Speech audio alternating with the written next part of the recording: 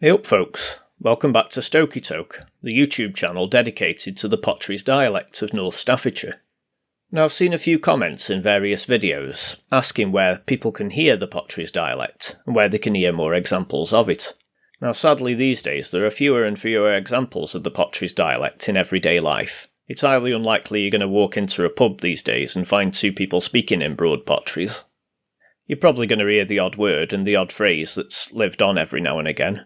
Of course everyone's still got a good strong accent locally, but it's highly unlikely you'll hear people speaking broad Potteries.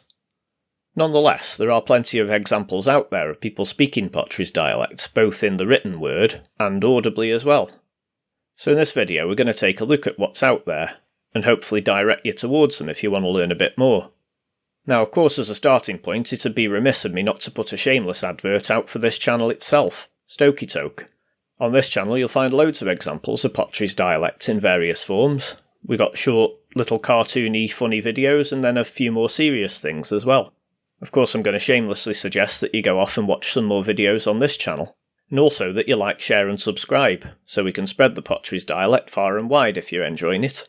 But enough of blowing my own trumpet, let's have a look at what else is available online. Now one major resource for the Potteries dialect on the internet is what's called the Potbank Dictionary. Now when you go to it, it looks like a bit of an old-fashioned WordPress type website, and that's because it is. It was set up quite a few years ago now by a bloke called Terry Woolliscroft. But nonetheless, it's a very rich and valuable resource for language specific to the pottery industry, but there's also plenty of examples of just local dialect and local phrases in there as well.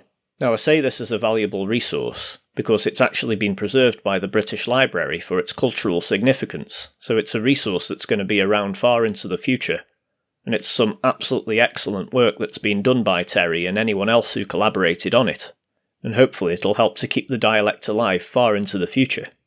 It's also got quite a few links on there to books about the pottery industry and also about the local area of Stoke-on-Trent in general, including some quite rare ones. I'll add the link in the description below if you want to check this website out. Moving on to examples in the written word now, we start with May and Marlady. This was a beloved cartoon series by nationally renowned cartoonist Dave Follows, who was a mainstay in both local and national newspapers back in the day. He had a recurring weekly cartoon segment in the Sentinel, that's the local rag in Stoke-on-Trent, that used to be a reputable newspaper at one time, believe it or not, and it continued to feature even after Dave passed away in 2003.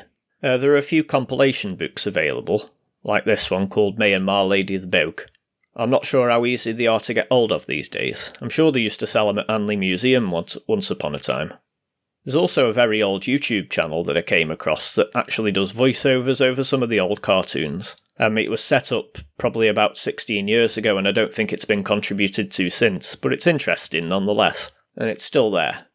I'm not sure if the Sentinel still features May and Marlady these days. It's probably on the website somewhere if you can wade your way through all the pop-up adverts and redirects to find it. Although to be honest, I'd advise you just buy the book and save your sanity. Sticking with the written word, there's another book that's still available on Amazon, and this is called Learn This End Potteries Dialect by a bloke called Barry Potter. I don't actually own a copy of this book, but I'd like to get hold of one and do a book review on this channel when I get round to it. And it also takes sort of a humorous look at the dialect, as well as lots of local cultural examples, lots of phrases and that sort of thing. Obviously it's a tried and tested formula. The author himself's still active on X. You can find him at Barry Potter, and he's on Facebook as well. You can usually be found posting his day-to-day musings in Potteries dialect on social media. Again, I'll leave a link to where you can buy the book below if you want to check it out. And obviously give Barry a follow on Facebook and Twitter as well. Sorry, X these days, isn't it? I don't use it myself very often. I've got an account on there, but, follow me as well if you want to. Another bloke who also posts on social media a lot is a local poet called David Hughes. He can usually be found on sort of local Facebook groups posting his brilliant poetic ramblings in glorious Potteries dialect to the amusement and equal bemusement of many people. I'm not actually sure if he's ever published any of his work, but I always look forward to his posts when they appear on social media. He usually posts in groups such as Stoke is where the heart is and things like that, which are basic local residents and local sort of culture and musings groups. I think they're publicly accessible. If you want to look them up, you don't have to be a member to see what's posted on there. And you'll probably see at least a post from David once every few weeks or so. Might try reading some of his work for the channel at some point, assuming he doesn't mind, of course, and he's welcome to a share of the profits from all the monetisation, currently standing at £0. And to be honest, it'll probably stay that way for quite a while unless you get liking and subscribing and sharing, so please do. So moving on again, we'll come this time to the spoken word, and we'll have a look at a classic example of Potteries Dialect, the Oud Grandad Piggott stories. Now, you'll have seen me talk about Oud Grandad Piggott quite a lot in various forms on this channel. He's more or less synonymous with Potteries Dialect. Alan Povey's stories of the not-so-lovable local rogue Oud Grandad Piggott were a mainstay on BBC Radio Stoke for many years, as well as being performed in pubs and clubs all over the Potteries.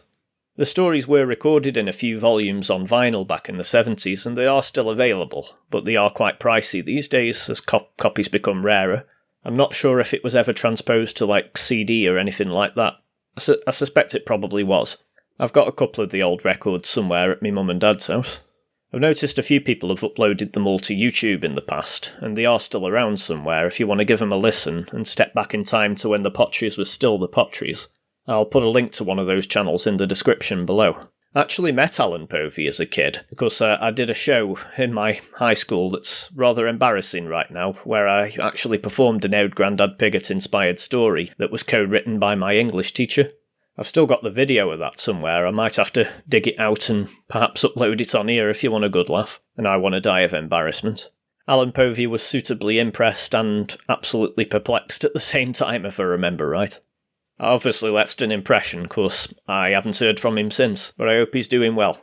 So moving on to the format of video now, there are a couple of documentaries that have examples of Potteries Dialect in them. So there is Myanmar Language, which is a documentary about Potteries Dialect that was put together probably about 20 years ago now, with some contributions from several local historians and language enthusiasts, including Alan Povey himself, actually. Yeah, it's definitely worth a watch, and it's still around on YouTube somewhere. I'll have to dig it out and put a link in the description as well if you want to catch that. It's about an hour long and contains plenty of good examples.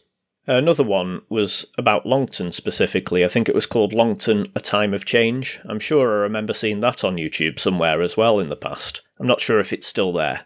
I'm sure that's still sold on like DVD locally at various museums and things. You could probably get it from Gladstone Pottery, I think, and probably Hanley Museum if not. It was recorded in the 1990s just as Longton was undergoing a huge change as the modern A50 dual carriageway was built right through the middle of it, demolishing a lot of old landmarks in the process. It contains quite a lot of memories of local residents, with stories and anecdotes and plenty of historical footage as well. It's also got a few performances in Potteries Dialect by local artists, again including Alan Povey doing Oud Grandad, amongst others. I suppose lastly I should mention more broadly the works of Arnold Bennett, who was a famous author in the early 20th century and wrote novels such as Anna of the Five Towns. Note 5 towns, not 6. He actually left out Fenton because he thought 5 sounded better, and Fenton never quite forgave him for that.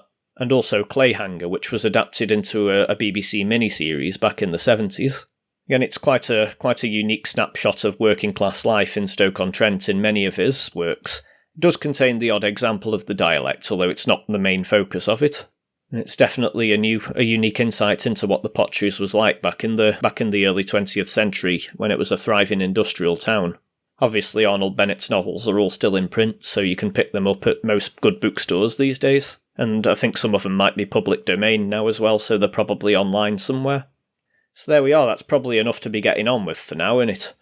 So maybe in future we'll take a deeper dive into some of these. And I would like to get hold of a copy of Barry Potter's book, and then probably do a book review of it at some point. But now I'll leave you to it, and I'll put the links to the things in the description that are promised. And I'll say thee again soon.